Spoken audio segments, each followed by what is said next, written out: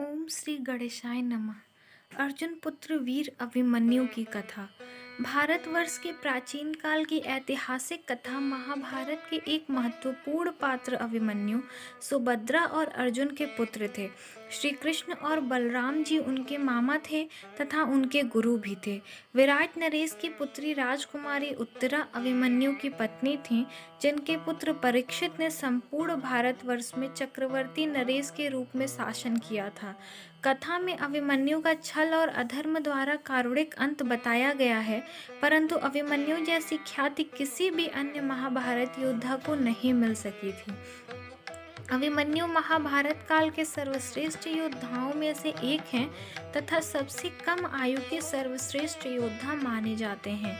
अभिमन्यु को द्वंद्व युद्ध में हराना असंभव माना जाता था।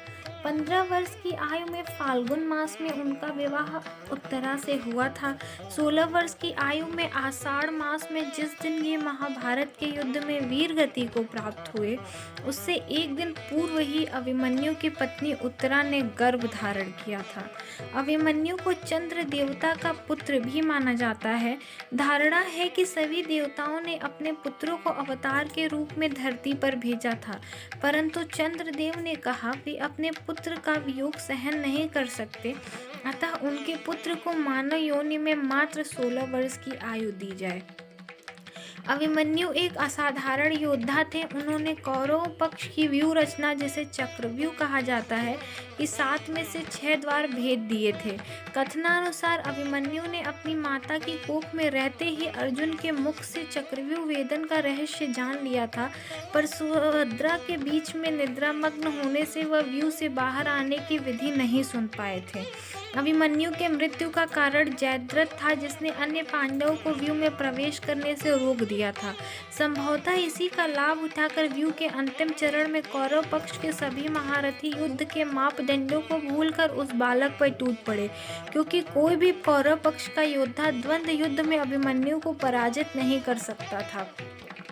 भगवान बलराम जी के रौद्र धनुष के सामने कोई भी योद्धा, चाहे वो कर्ण, द्रोण, कृपाचार्य, अश्वत्थामा या दुर्योधन, अभिमन्यु के सामने टिक नहीं सके थे।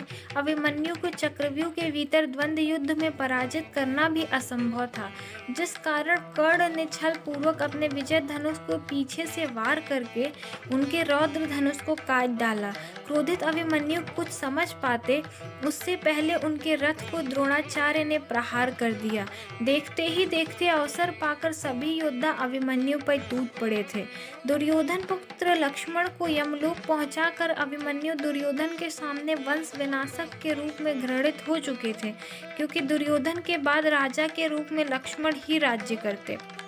ऐसी स्थिति में सभी कौरव महारथी के क्रोध, छल और अधर्म का सामना अभिमन्यु को करना पड़ा था, जिसके कारण उन्होंने वीर गति को प्राप्त किया। परंतु फिर भी अभिमन्यु ने अंत तक धर्म का त्याग नहीं छोड़ा। मामा श्री कृष्ण का नाम रणछोड़ भी है, परंतु अभिमन्यु की शिक्षा ने उनके बड़े मामा श्री बलराम की शिक्षा को अधिक दिखाई प्रतीत होती है। कर्ण ने अपने अंतिम क्षणों में अभिमन्यु को ही सर्वश्रेष्ठ धनुर्धर माना था, तथा वे अभिमन्यु की मृत्यु से अधिक लज्जित भी थे। अभिमन्यु के मृत्यु का प्रतिशोध लेने के लिए अर्जुन ने जयद्रथ के वध की शपथ भी ली थी। धन्यवाद श्रोतागण।